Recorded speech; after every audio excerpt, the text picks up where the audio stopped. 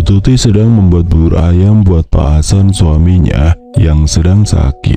Sebagai seorang istri, hatinya sangat sedih melihat kondisi suaminya yang sangat memprihatinkan. Selama hampir 2 minggu, Pak Hasan hanya terbaring lemah di ranjang. Tubuhnya kaku, seperti tidak sanggup digerakkan. Kedua matanya seakan tidak bisa dipejamkan meski hanya sekejap, hingga membuat Pak Hasan selalu terjaga.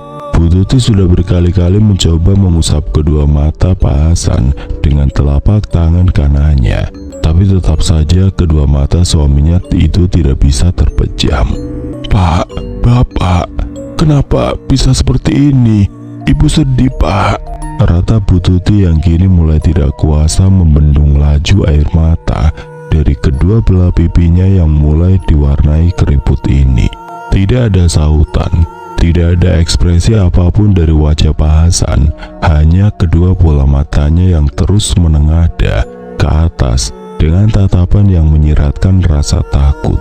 Disusul tubuhnya yang tiba-tiba mengejang dan mata yang mendelik ke atas, membuat tangis Bu Tuti makin tidak terbendung. "Pak, istighfar, Pak," teriak Bu Tuti histeris seraya memeluk tubuh kurus suaminya. Lalu terdengar suara misterius seperti sesuatu yang dicabik-cabik. Bu Tuti juga ikut mendengarnya, tapi dia tidak melihat apa-apa. Dia hanya mendengar jerit kesakitan sang suami yang memenuhi seantero kamar. Bu Tuti tidak tahu kalau itu adalah sosok Raja Siluman Kera yang sedang mencakar-cakar punggung Pak Hasan dengan posisi memanjang, hingga menimbulkan luka cakaran yang cukup dalam dan panjang. Namun hanya Pak Hasan saja yang bisa melihat sosok siluman kera tersebut. Berkali-kali Pak Hasan merintih sambil meminta ampunan pada sosok sesembahannya itu, tapi sepertinya usahanya sia-sia. Sosok sesembahannya itu yang selama ini jadi pemberi semua kekayaan dan kehormatan untuk Pak Hasan, sepertinya sudah tidak dapat memaafkan kesalahan Pak Hasan. Makanya dia turun langsung untuk memberikan hukuman kepada lelaki yang dikenal sebagai juragan kontrakan tersebut. Ampun Tuhan, saya janji tidak akan lagi melanggar larangan yang Tuhan tetapkan. Ampun, sakit." Suara erangan kesakitan Pak Hasan kembali terdengar dari mulutnya. Namun kembali, sosok Raja Siluman Kera tidak menanggapinya. Sosok yang terkenal kejam, bengis dan tidak ada ampun itu malah mengeluarkan sebuah cemeti dari balik punggungnya. Lalu tanpa ampun cemeti itu berkali-kali dipukulkan ke arah punggung, kaki, dan tangan Pak Hasan. Pak Hasan yang sudah kehabisan tenaga dan sudah berada di ambang batas rasa sakit yang sudah tidak bisa lagi dia tahan, hanya bisa menangis. Rasa sesal kini menjajah dirinya. Kenapa dulu tergoda untuk melakukan pesugihan siluman kera? Tapi semuanya sudah terlambat. Ketika siang hari, suasana di kamar Pak Hasan selalu sunyi, seakan tidak ada kehidupan. Pak Hasan tidak ubahnya patung karena benar-benar hanya diam tidak bergerak. Kedua matanya pun terpejam. Namun Bu Tuti tetap telaten melayani sang suami yang sudah mengarungi bahtera rumah tangga dengannya selama 15 tahun itu. Bu Tuti dibantu Sari dan juga anaknya bergantian mengurus Pak Hasan. Namun hal berbeda akan terjadi ketika maghrib mulai menjelang. Hawa di rumah mewah milik Pak Hasan yang biasanya adem sontak berubah panas, membuat penghuninya jadi tidak betah untuk berlama-lama di sana. Terutama di kamar Pak Hasan yang hawa panasnya terasa begitu memanggang kulit. Perlu terlihat bercucuran dari tubuh Pak Hasan. Dari bibir Pak Hasan yang kering hanya terdengar lekuan pelan. "Sakit, tolong, jangan sakiti saya. Tolong, hentikan Tuhan." Kemudian disusul tubuhnya yang mengejang seperti menahan rasa sakit yang tidak bisa digambarkan dengan kata-kata. Kemudian terdengar suara jerit tangis Pak Hasan disusul kemunculan adanya luka seperti bekas cakaran dan gigitan di sekujur tubuhnya. Bahkan di beberapa bagian tubuhnya yang terluka, tampak darah segar mulai mengucur dari bekas luka goresan bekas mirip cakaran tersebut. Air matanya juga perlahan mengalir deras, seakan ikut jadi saksi betapa menyakitkannya apa yang kini dialami oleh Pak Hasan. Bu Tuti, Sari dan Yoga yang menemani Pak Hasan hanya saling pandang kebingungan. Mereka tidak melihat ada apa-apa, tapi sikap Pak Hasan sungguh ganjil, seolah ada sesuatu yang tidak terlihat sedang mencakar-cakar tubuh renta Pak Hasan. Ya, istri dan kedua anaknya Pak Hasan tidak tahu kalau saat ini sosok Raja Siluman Kera berukuran raksasa yang ukuran tubuhnya 4 kali lebih besar dibanding ukuran tubuh Pak Hasan sedang menyiksa juragan kontrakan itu. Sekaranglah saatnya kau jadi budakku selamanya, wahai manusia, kata sosok Raja Siluman Kera sambil tertawa.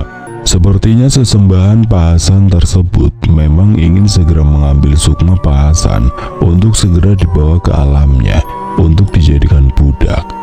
Sosok siluman kera raksasa itu bukan hanya mencakar dan menggigit tubuh Pak Hasan secara brutal, akan tetapi kali ini juga membanting tubuh suami Bu Tuti tersebut berkali-kali ke lantai. Semua itu dia lakukan seraya tertawa terbahak-bahak, seolah ikut merasa puas melihat Pak Hasan menderita. Bahkan dia juga tidak segan membenturkan kepala Pak Hasan ke tembok dengan sekuat tenaga, hingga akhirnya tidak lagi terdengar jeritan kesakitan dari mulut laki-laki itu. Tubuh Pak Hasan pun akhirnya terkulai lemas dengan sejumlah luka gigitan dan cakaran yang menggedikan bulu kuduk. Kepalanya pecah bersimbah darah, hingga isi otaknya berang-berang keluar. Melihat hal itu, sontak jerit tangis Bu Tuti, Sari dan Yoga pun terdengar memecah keheningan malam itu. Ya, Pak Hasan pun dinyatakan tewas. Kondisi tubuhnya yang meninggal dengan kondisi sangat mengenaskan itu sempat menjadi perbincangan warga. Bu Cahaya, ibunya Nindi, bahkan sempat menegur ibu-ibu yang sedang membicarakan mendiang Pak Hasan yang diduga selama ini melakukan pesugihan dan tewas akibat disiksa oleh makhluk sesembahannya. Serem amat ya, kok bisa Pak Hasan matinya setragis gitu sih? Kata Bu Romi pagi itu seraya memilih sayur kangkung yang ada di hadapannya. Iya, jangan-jangan apa yang dikatakan orang-orang benar kalau selama ini Pak Hasan itu pakai pesugihan. Tugas Bu Nina yang dikenal sebagai ratu gosip di lingkungan itu. Bisa jadi Bu-ibu, soalnya dari hidup yang melarat nggak punya apa-apa, masa iya bisa langsung kaya mendadak hanya dalam waktu singkat? Timbal Bu Erna pemilik warung seraya menyodorkan wadah berisi daging ayam dan lauk segar yang sudah dibungkus ke hadapan ibu-ibu yang saat itu sedang berkerumun di warungnya. Bu Cahaya yang dari tadi sudah selesai memilih bahan-bahan masakan sedikit merasa terganggu oleh obrolan ibu-ibu barusan. Udah tuh ibu-ibu, jangan ngomongin orang yang sudah meninggal, pamali. Kasihan juga sama anggota keluarganya yang lagi berduka. Harusnya kita doakan semoga almarhum Pak Hasan diberi tempat terbaik di sisi Allah, tegur Bu Cahaya. Namun teguran Bu Cahaya tersebut malah disambut cibiran oleh sebagian besar ibu-ibu yang ada di sana. Alah Bu Cahaya, ini jangan sok suci gitulah, kayak yang gak suka ngomongin orang saja, cibir Bu Romi lalu menatap tajam ke arah Bu Cahaya. Iya, munafik banget, padahal yang kita omongin kan fakta, ledek Bu Nina yang disambut dengan senyum sinis oleh ibu-ibu lainnya. Bu Cahaya langsung tertegun mendengar ucapan Bu Nina yang masih saja tidak merasa bersalah sudah membahas orang yang sudah meninggal. tidak mau memperpanjang, akhirnya Pucaya pun pamit duluan. Namun kunjingan tentang kematian tragis dan tidak wajar dari mendiang Pak Hasan masih hangat jadi buah bibir warga. Pengakuan dari penggali makam jenazah juga tidak kalah mencengangkan dan mengundang rasa heran warga. Pak Yusuf, Pak Surya dan Pak Herman yang bertugas menggali makam untuk mendiang Pak Hasan mengaku sangat kesulitan untuk menggali makam. Selain makam yang digali tiba-tiba dipenuhi oleh batu-batu besar dan menyulitkan penggalian, juga tanahnya begitu keras hingga cangkul yang mereka pakai sampai patah jadi dua. Hal itu jelas di luar nalar karena saat itu adalah musim hujan dan malam sebelum Pak Hasan meninggal, desa mereka sempat diguyur hujan cukup deras. Lalu pagi harinya Pak Hasan meninggal. Rasanya mustahil kalau sampai tanah pemakaman yang hendak digali, tanahnya begitu keras. Layaknya tanah tandus yang sudah berbulan-bulan tidak terkena siraman air hujan. Untunglah kehadiran Ustadz Rohmat yang ikut mentalkin jenazah sedikit membantu meringankan tugas para penggali kubur. Namun keanehan tidak sampai di situ. Setelah jenazah Pak Hasan diturunkan ke liang lahat, entah dari mana asalnya tiba-tiba saja muncul puluhan kera berukuran sedang dengan buas merangsek masuk memenuhi areal makam. Kera-kera liar tersebut berlarian di sekeliling jenazah sambil melompat-lompat menimbulkan suara bising yang sangat mengganggu jalannya prosesi pemakaman. Di antara rombongan kera tersebut ada juga yang melempari para pelayat dengan batu kerikil yang mereka ambil, hingga membuat para pelayat yang sedang khusyuk mengikuti proses pemakaman mendiang Pak Hasan menjadi kaget dan ketakutan. Tidak sampai di situ saja, rombongan kera tersebut juga kompak berlarian ke arah jenazah Pak Hasan yang sudah dikafani. Lalu mereka rebutan mencakar dan menggigit jasad mendiang. Akibatnya kain kafan yang dipakai almarhum jadi sobek tercabik-cabik di beberapa bagian. Suasana pun berubah riuh. Warga yang ikut mengantarkan jenazah jadi berlarian ketakutan. Tangis Bu Tuti dan kedua anaknya Yoga dan Sari pun pecah. Mereka berteriak histeris memanggil-manggil nama almarhum. Ustadz Rohmat yang bisa membaca gelagat tidak baik meminta pihak keluarga bersama warga sama-sama berdoa yang ditunjukkan untuk mendiang Pak Hasan. Namun usaha Pak Rohmat untuk membujuk warga untuk tetap tinggal di sana sampai beres pemakaman pun gagal. Warga sudah terlanjur ketakutan dan lebih memilih meninggalkan areal pemakaman. Bahkan Ustadz Rohmat yang mencoba menghalau kera-kera yang masih terus menggigit dan mencakar-cakar jenazah Pak Hasan malah sempat ikut kena cakaran bagian wajahnya. Untunglah Nindi yang masih bertahan di sana segera mengambil kayu panjang yang ada di sana. Lalu Nindi pun memukul 2 ekor kera yang tadi sempat menyerang Ustadz Rohmat. Kayaknya ada yang aneh dengan kematian Pak Hasan. Rasanya gak mungkin kera-kera ini muncul begitu saja, kata Nindi dalam hatinya, seraya terus mencoba memukul mundur kera-kera yang kini malah berbalik mencoba menyerangnya. Tentu saja Nindi tidak tinggal diam begitu saja. Dengan bekal ilmu karate dan kemampuan sebagai seorang indigo yang dimilikinya, Nindi pun sekuat tenaga mencoba melawan. Tidak lupa Nindi mengeluarkan tasbih kayu kapua dari hutan sancang, salah satu senjata andalannya. Akan tetapi jumlah gerombolan kera itu mulai tidak sebanding untuk dilawan Nindi yang hanya melawan sendirian. Pada suatu kesempatan Nindi sempat terdesak mundur. Sebuah cakaran dari 2 ekor kera yang dengan beringas menyerangnya hampir saja menggores pipi dan tangannya. Untunglah Nindi berhasil menghindar. Meski nafasnya mulai ngos-ngosan karena mulai kehabisan tenaga melawan puluhan kera yang tampak begitu bernafsu ingin mencabik-cabik tubuh jangkungnya. Wah gawat, bisa-bisa aku jadi bulan-bulanan kera-kera jelek ini. Ya Allah, tolong bantu hamba, kata Nindi sambil terus melantunkan ayat kursi karena dia yakin ada aura hitam tidak terlihat yang menggerakkan kera-kera tersebut untuk mengganggu prosesi pemakaman mendiang Pak Hasan. Kekuatan beraura hitam itu juga sepertinya yang memerintahkan mereka untuk menyerang Nindi secara keroyokan. Untungnya tidak lama kemudian Nyai Nimas Ayu, kodam penjaga gadis itu, tiba-tiba muncul. Kodam cantik dengan ciri khas pakaian adat Bali yang membalut tubuh cangkungnya itu. Dengan gesit dan lincah memukul, menendang dan mencekik leher para kera-kera yang begitu beringas hendak menyerang Nindi. Kemudian dengan ekspresi dingin, Nyai Nimas Ayu membanting kera-kera tersebut hingga tubuh mereka terbanting keras ke tanah dalam kondisi tidak bernyawa. "Makasih Nyai," kata Nindi seraya tersenyum, membuat wajahnya jadi makin terlihat cantik. Kini Nindi lega akhirnya ada yang datang membantunya.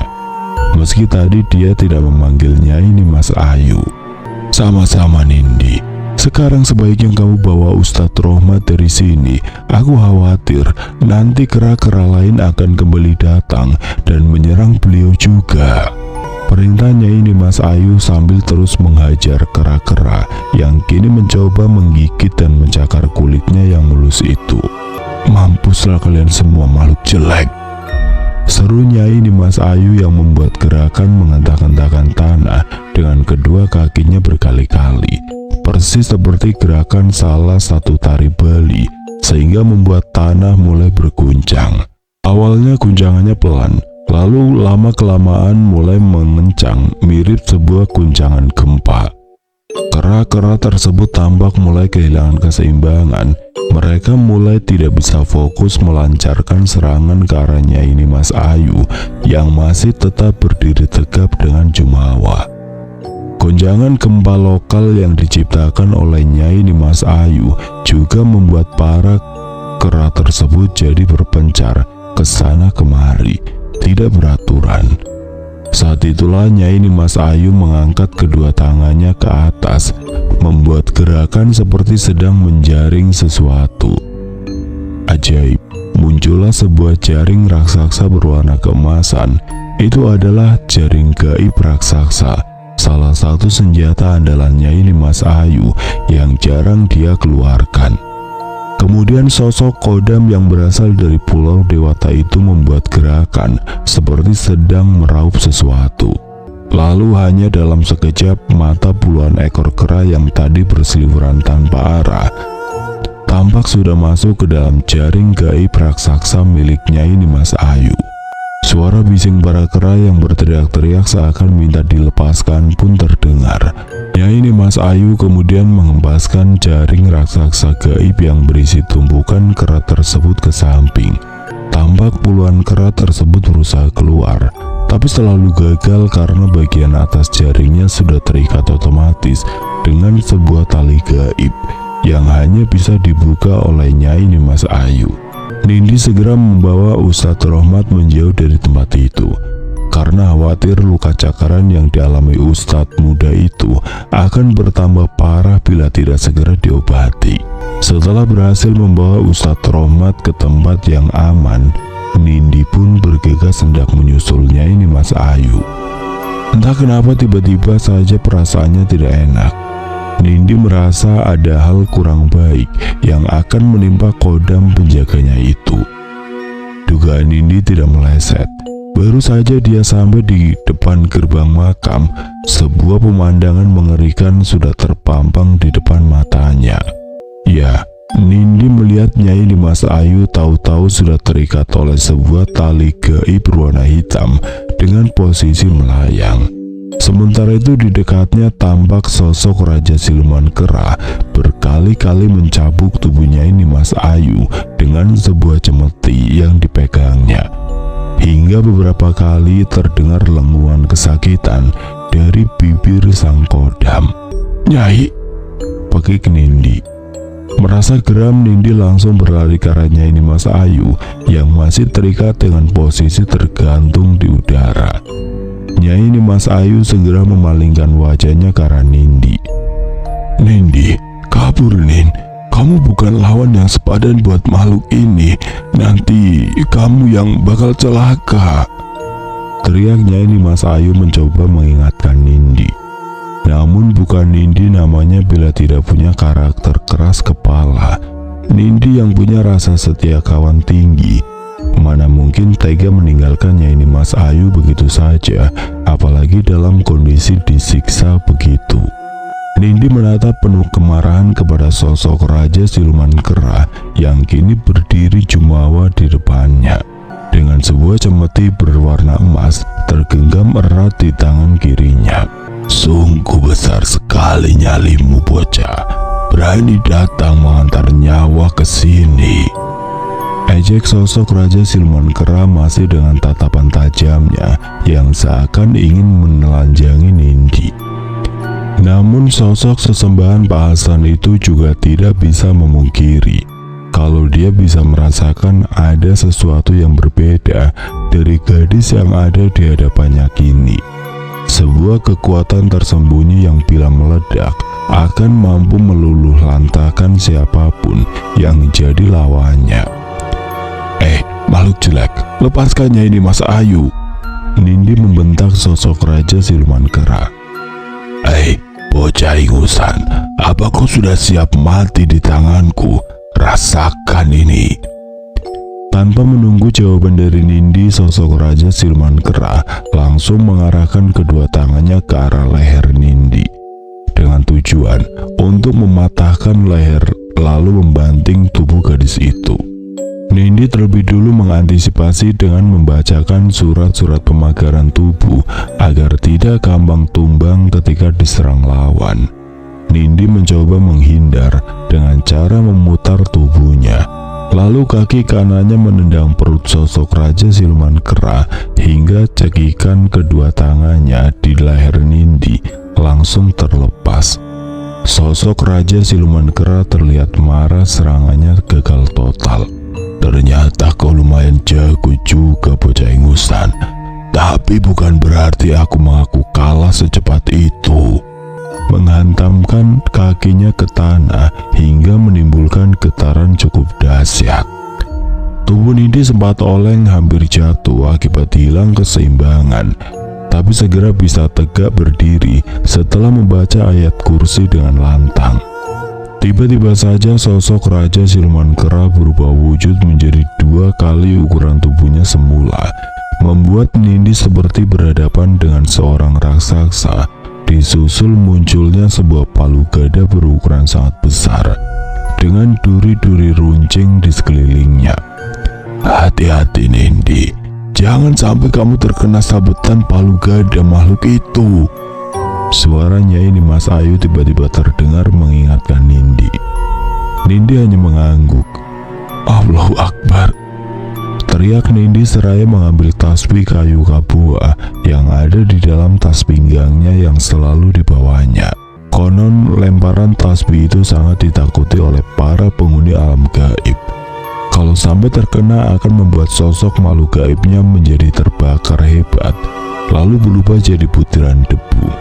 Sosok Raja Siluman Kera nekat untuk terus menyerang Nindi dengan mengarahkan palu gadanya ke arah kepala Nindi dengan harapan bisa membuat kepala gadis itu hancur terbelah. Tapi Nindi yang bisa membaca maksud sosok Raja Siluman Kera dengan cepat melesat terbang ke arah pinggang kiri lawan. Lalu diiringi dengan membaca takbir, dia pukulkan tasbih tersebut berkali-kali dengan dialiri energi murni. Terlihat muncul percikan api yang memancar dari setiap lecutan tasbih, diiringi lolongan kesakitan dari sosok Raja Siluman Kera karena pinggangnya jadi penuh luka baret dengan luka menganga lebar. Akibatnya kini giliran sosok Raja Siluman Kera yang kehilangan keseimbangan. Tubuhnya langsung oleng ke samping dan jatuh terjengkang. Otomatis palu gada yang digenggamnya pun terlepas dari tangannya.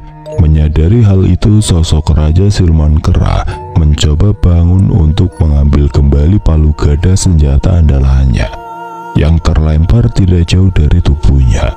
Tidak mau buang kesempatan, Nindi kini memukul memukul tangan kanan sosok Raja Siluman Kera yang hendak mengambil palu gada. Kembali terdengar lolongan kesakitan yang keluar dari mulutnya. Dia pun mulai kesusahan untuk bangun akibat luka menganga di pinggang kiri dan tangan kanannya. Namun Nindi lebih memilih untuk menghabisi lawannya yang kini sudah terbaring lemah. Makhluk jahat sepertimu sudah selayaknya dihancurkan, karena hanya akan membawa malapetaka bagi umat manusia yang lemah iman. Biarlah Nyai Nimas Ayu yang melenyapkan nyawamu, wahai Raja Siluman Kera, kata Nindi. Nindi pun membebaskan ikatan tali gaib yang mengikat Nyai Nimas Ayu. Makhluk sialan ini tadi bisa-bisanya memperdaya aku, Nin. Sebagai gantinya, biar aku habisi sekarang juga, ucap Nyai Nimas Ayu yang langsung melompat ke arah tubuh sosok Raja Siluman yang masih terbaring lemah. Lalu Nyai Nimas Ayu mengambil sekuntum bunga kamboja dari telinga kirinya. Dia tiupkan bunga kamboja tersebut.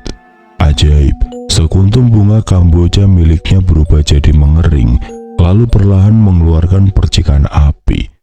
Awalnya api itu kecil, tapi lama-lama menjadi membesar, kemudian membakar tubuh sosok Raja Siluman Kera.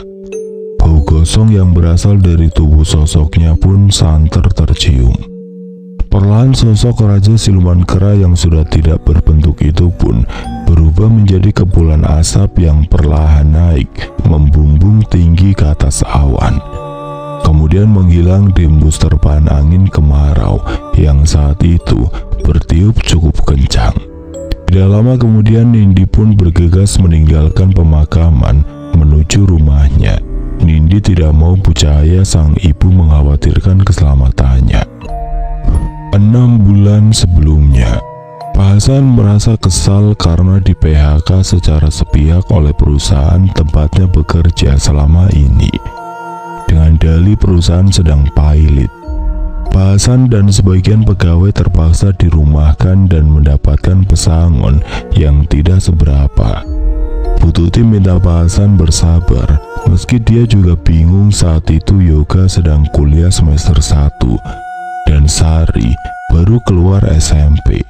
Bu Tuti bingung dari mana nanti mendapatkan uang untuk membiayai pendidikan kedua anaknya itu.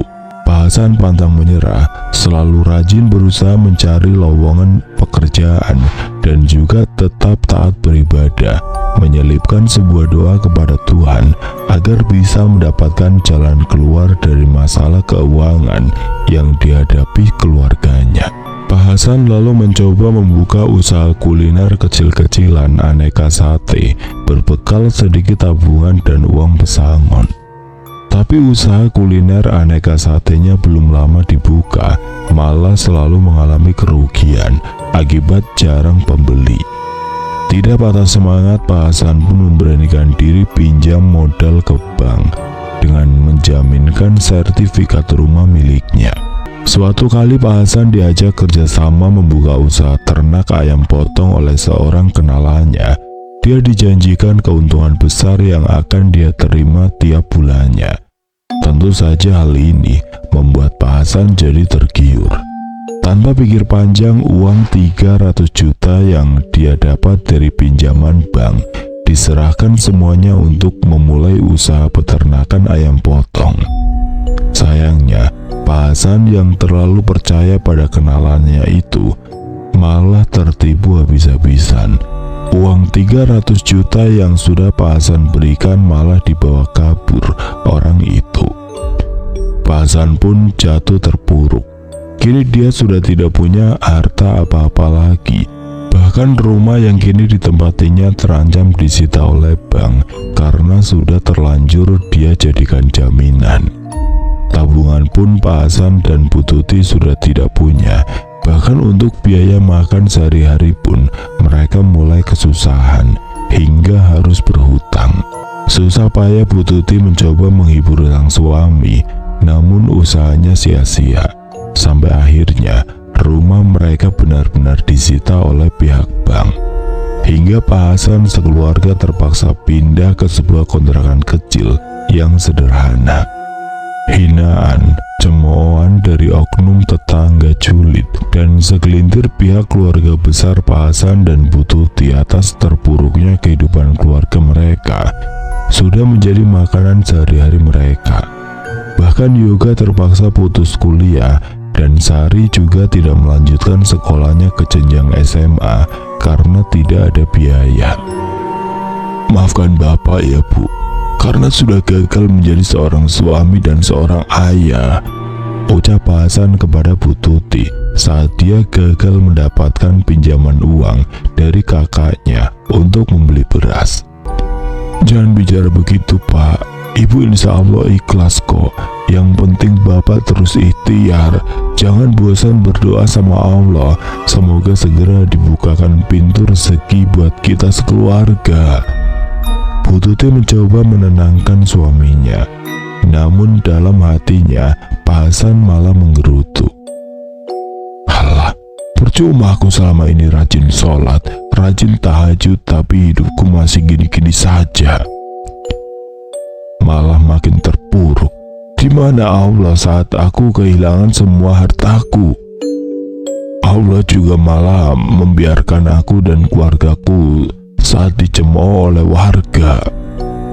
Wajah Pak Hasan terlihat kurang suka setiap kali istrinya mengajak sholat. Kamu aja lah Bu yang sholat, Bapak nanti saja, kilahnya dengan nada malas. Sampai suatu hari Pak Hasan tanpa sengaja bertemu dengan Pak Wahyu, salah satu rekan kerjanya yang belum lama sama-sama di PHK. Namun anehnya Pak Wahyu yang dulunya sama-sama hidup sederhana, dalam waktu singkat sudah memiliki segalanya. Bahkan Pak Wahyu sudah jadi juragan sapi yang memiliki peternakan sendiri. Tentu saja kesuksesan instan yang dialami oleh Pak Wahyu membuat Pak Hasan jadi bertanya-tanya.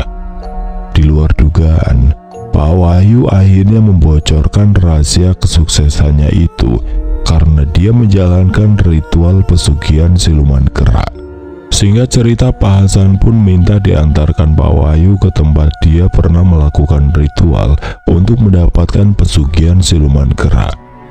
Setelah menempuh perjalanan hampir 5 jam dan melewati hutan dan perkampungan yang cukup terpencil di daerah Jawa Barat, akhirnya Pak Wahyu menghentikan mobilnya. Pak Hasan sempat kebingungan kenapa mereka berhenti di sebuah tempat yang sangat terpencil. Saat Pak Wahyu mengajaknya turun, tanpa banyak bertanya Pak Hasan pun mengikuti langkahnya dari belakang. Pak Hasan sempat bergidik ngeri dan bulu kuduknya langsung meremang saat tahu tempat yang mereka tuju adalah sebuah pemakaman kuno. Tidak lama kemudian seorang lelaki tua yang memakai pakaian serba hitam dan ikat kepala berwarna senada muncul dari sebuah tempat yang lebih mirip saung sederhana. Tapi di depannya ada makam yang dikelilingi oleh tembok setinggi pinggang orang dewasa. Lelaki tua yang merupakan kuncen tempat keramat tersebut dikenal dengan nama Abah Karta. Konon Abah Karta bukanlah laki-laki sembarangan. Dia terkenal punya ilmu kanuragan dan ilmu kebatinan tinggi. Makanya dipercaya sebagai penjaga kuncen karena kerap berurusan dengan hal-hal yang berkaitan dengan dunia gaib dan segala tetek bengeknya. Ada apa kalian kemari? Bentak Abah Karta tanpa basa-basi dengan suara bariton miliknya yang bernada tinggi. Nyali Pak Hasan langsung menciut, karena dia bisa merasakan aura intimidasi yang terpancar dari tubuh Abah Karta. Namun Pak Wahyu yang bukan pertama kalinya bertemu Abah Karta tampak masih bisa menguasai dirinya. Dengan suara bergetar, Pak Wahyu pun menyampaikan maksud tujuannya menemui Abah Karta, sama dengan yang pernah dia inginkan 6 bulan yang lalu. Abah Karta manggut-manggut seraya mengusap-ngusap janggutnya yang mulai beruban itu. Ikut Abah, saut laki-laki berperawakan kurus tersebut, lalu memberi isyarat dengan tangannya agar Pak Wahyu dan Pak Hasan mengikutinya. Singkat cerita, semua syarat untuk sajian sudah dipenuhi oleh Pak Hasan. Beberapa ritual yang di luar nalar pun sudah berhasil dilakukan oleh Pak Hasan. Meski dia harus setengah mati menahan rasa takut saat sosok Raja Siluman Kera yang kini menjadi sesembahannya menampakkan wujud di hadapannya. Keringat dingin sebesar biji jagung bercucuran membasahi tubuh Pak Hasan.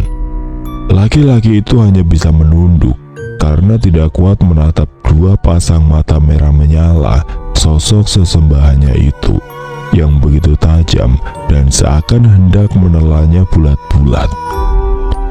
Sebelum Pak Hasan pulang, Abah Karta menyampaikan sesuatu yang cukup mengejutkan laki-laki itu. Ingat, kamu harus ingat apa saja yang tidak boleh dilanggar oleh tuanku Siluman Kera. Jangan sampai berani melanggarnya kalau tidak mau celaka, kata Abah Karta. Iya Bah, saya masih ingat kok. Jangan sampai ada yang menyebut nama Tuhan di rumah saya, apalagi melaksanakan ibadah. Lalu setiap 6 bulan sekali saya harus memberikan tumbal manusia agar kekayaan yang didapatkan jadi berlipat ganda, saut Pak Hasan. Bagus, sekarang kamu boleh pulang. Besok malam tuanku Siluman Kera akan langsung mendatangi rumahmu untuk memberikan uang yang kamu minta. Abah Karta mengakhiri ucapannya. Sebuah senyum bahagia terukir di bibir Pak Hasan mendengarnya. Itu artinya dia dan keluarganya akan segera berakhir. Singkat cerita, Pak Wahyu pun akhirnya mengantar Pak Hasan pulang. Malam itu Bu Tuti sedang tertidur pulas di samping suaminya. Namun tidurnya begitu gelisah karena istri Pak Hasan itu mimpi buruk.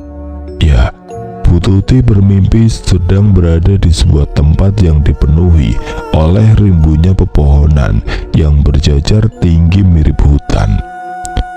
Tapi suasananya sunyi senyap. Hanya sesekali hembusan angin meniup dedaunan.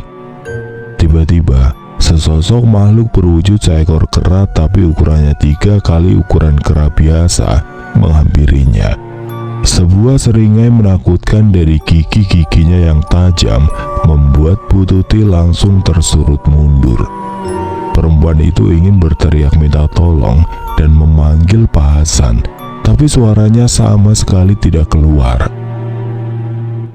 Puaskan aku, wahai manusia. Tiba-tiba ucapan sosok itu sungguh mengagetkan Bu Tuti. Apa maksudmu? Tanya Bu Tuti dengan wajah yang kini terlihat pucat dan sudah mulai berada di ambang batas rasa takutnya. Puaskan aku malam ini. Sosok itu kembali mengulangi ucapannya. Kali ini sosok mirip kera raksasa yang tidak lain adalah Raja Siluman Kera itu perlahan berjalan mendekat ke arah Bu Tuti. Suara dengusan nafsu dari sosok itu yang terlihat dari cuping hidungnya yang mulai kembang kempis. Juga tatapan kedua mata merahnya yang mulai berbinar penuh nafsu terpampang nyata di depan Bu Tuti. Tidak, aku tidak sudi jadi pemuas nafsu makhluk menjijikan seperti kamu. Pergi, pergi, kata Bu Tuti dengan setengah menangis. Suaranya bergetar menahan rasa takut yang semakin dalam menjajah dirinya. Aku paling tidak suka menerima penolakan, wahai manusia. Suamimu sudah menjadikanku tuan demi harta. Ayolah, puaskan aku. Kini kedua tangan besar dan berbulu lebat dari sosok Raja Siluman Kera itu terkembang ke arah Bu Tuti. Anehnya Bu Tuti kali ini benar-benar tidak bisa menggerakkan anggota tubuhnya. Bahkan mulutnya pun seakan tertutup rapat seperti direkat oleh lem Korea. Hanya air matanya yang perlahan mulai deras mengalir sesaat setelah sosok itu menjatuhkan paksa tubuh Bu Tuti di atas hamparan dedaunan yang mulai mengering. Lalu sosok yang sudah dikuasai oleh nafsu itu dengan paksa merobek pakaian Bu Tuti. Air mata Bu Tuti makin deras mengalir, hatinya hancur. Marwahnya sebagai seorang istri dan perempuan malam itu ternoda oleh aksi bejat makhluk yang menjadi sesembahan suaminya sendiri. Dengan dua sosok itu merudah paksa Bu Tuti berkali-kali hingga perempuan itu jatuh pingsan. Anehnya, Pak Hasan yang sedang tidur tepat di samping Bu Tuti sama sekali tidak mendengar jeritan kesakitan perempuan itu saat dirudah paksa oleh Raja Siluman Kera. Pak Hasan malah tidur dengan pulas sampai mendengkur saking pulasnya. Pak Hasan pagi itu terkejut saat bangun tidur duluan melihat sang istri dalam kondisi yang cukup mengenaskan. Pakaian tidurnya tampak koyak di sana-sini, ada bekas cakaran juga di pahanya yang tersingkap. Wajah perempuan itu basah oleh air mata, tapi dengan kedua matanya yang masih terpejam. Bangun Bu, Ibu kenapa? Tanya Pak Hasan. Wajahnya diwarnai kecemasan. Perlahan Bu Tuti membuka matanya. Saat sadar kondisi tubuh dan pakaiannya berantakan, tangis perempuan itu pun langsung pecah dalam pelukan suaminya. Dengan beruraian air mata, Bu Tuti pun menceritakan mimpinya semalam. Pak Hasan awalnya kaget. Gambaran sosok yang semalam sudah merudah paksa istrinya persis dengan Raja Siluman Kera yang memberinya kekayaan pesugihan. Pak Hasan diam saja. Dia tidak berani menceritakan semua itu, apalagi saat ini kondisi Bu Tuti masih terguncang. Sampai akhirnya sebuah suara bisikan tiba-tiba terdengar di telinga kiri Pak Hasan. Biarkan istrimu jadi pemuas nafsuku. Lihatlah di kolong ranjangmu, ada emas batangan dan aneka perhiasan sebagai upah atas layanan yang istrimu berikan tadi malam, kata suara misterius itu. Anehnya suara bisikan itu hanya Pak Hasan saja yang bisa mendengar, sedangkan Bu Tuti tidak. Sang istri yang masih shock atas peristiwa semalam masih terus menangis sambil menyembunyikan wajahnya dengan bantal. Itu suara siapa ya? Gumam Pak Hasan. Penasaran, Pak Hasan mengintip ke bawah kolong ranjang yang biasa dia tempati dengan sang istri. Wajah Pak Hasan langsung berbinar riang saat melihat ada sekantong kecil berisi emas batangan dan sekantong kecil lagi aneka perhiasan. Dengan sigap Pak Hasan segera mengambil kedua kantong kecil tersebut. Akhirnya aku kaya, katanya seraya memegang erat kedua kantong kecil tersebut. Tanpa memperdulikan kondisi sang istri yang masih trauma, Pak Hasan malah meninggalkan Bu Tuti sendirian di kamar. Pak Hasan bergegas mandi dan berganti pakaian. Dia berencana hendak menjual sebagian emas batangan dan perhiasan tersebut untuk membeli barang-barang yang dia perlukan. Pak Hasan yang sudah dibutakan oleh kekayaan yang diberikan oleh Raja Siluman Kera sama sekali tidak peduli lagi dengan nasib malang yang harus menimpa sang istri, karena setiap malam Jumat harus menjadi pemuas nafsu sesembahannya. Jadi semua harta yang kamu dapat ini hasil pesugihan, Pak. Lalu Bapak jadikan Ibu sebagai pemuas nafsu jin yang Bapak sembah. Tega sekali kamu, Pak, tanya Bu Tuti dengan wajah yang menyiratkan rasa kecewa yang teramat dalam kepada suaminya. Kamu jangan kenceng-kenceng ngomongnya, Bu. Ntar kedengeran sama Sari dan Yoga.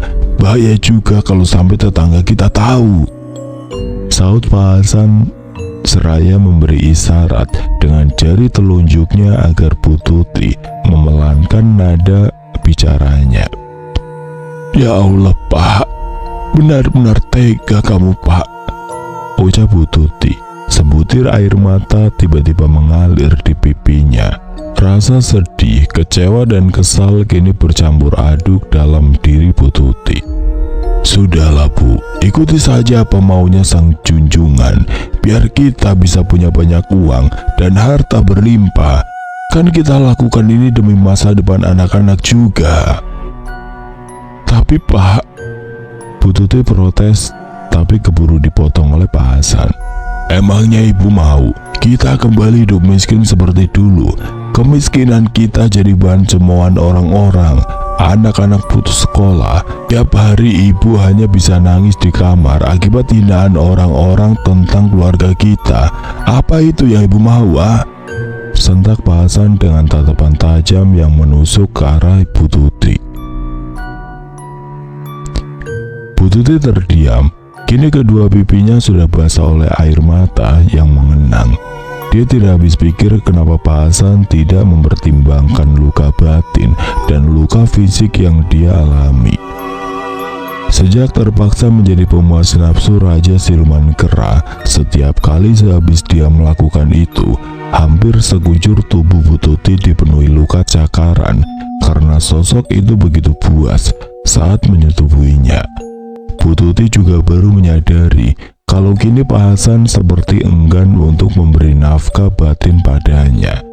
Laki-laki itu seperti merasa jijik untuk menyentuh tubuh sang istri yang dianggapnya sudah ternoda oleh sosok makhluk tidak kasat mata. Meski Bu Tuti akui kini kehidupan perekonomian keluarganya langsung berubah drastis hanya dalam hitungan bulan saja, kini Pak Hasan bukan hanya berhasil membangun rumah kecilnya jadi bak istana, tapi juga beberapa kendaraan roda 2 dan 4 sudah berjejer rapi di garasi rumahnya. Bahkan saat memasuki bulan ketiga, Pak Hasan berhasil membangun puluhan pintu kontrakan hingga diberi julukan sebagai juragan kontrakan oleh warganya.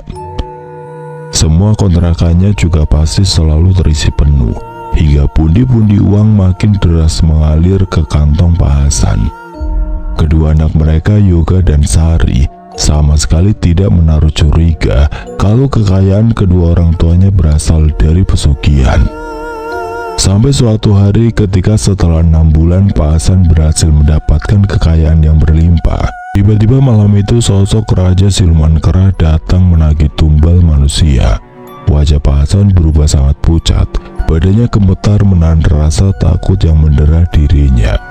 Pak Hasan lupa kalau memberikan tumbal manusia setiap 6 bulan sekali adalah salah satu isi perjanjian pesugihannya dengan sesembahannya. Raja Siluman Kera minta Hasan menyerahkan Sari anak bungsunya sebagai tumbal pertama. Tentu saja Pak Hasan langsung menolak karena Sari adalah anak kesayangannya. Raja Siluman Kera sangat murka dengan penolakan Pak Hasan. Itu sebabnya dia pun menghukum Pak Hasan dengan menyiksanya selama berminggu-minggu dan menyekap sukma laki-laki itu. Sampai akhirnya Pak Hasan pun meninggal, lalu sukmanya dibawa ke alam jin untuk dijadikan sebagai budaknya. Kini setelah Pak Hasan meninggal dan sosok Raja Siluman Kera berhasil dihabisi oleh Nindi yang dibantu oleh Nyai Nimas Ayu, rupanya imbas dari pesugihan kera yang dilakukan oleh mendiang Pak Hasan masih belum berakhir. Kini istri dan kedua anaknya mulai ikut merasakan imbasnya. Sepeninggal sang ayah, Sari mengeluh. Setiap malam tidak bisa tidur karena merasa kamarnya dipenuhi oleh puluhan ekor kera. Mereka berlarian di sekitar kamar Sari, menimbulkan suara gaduh.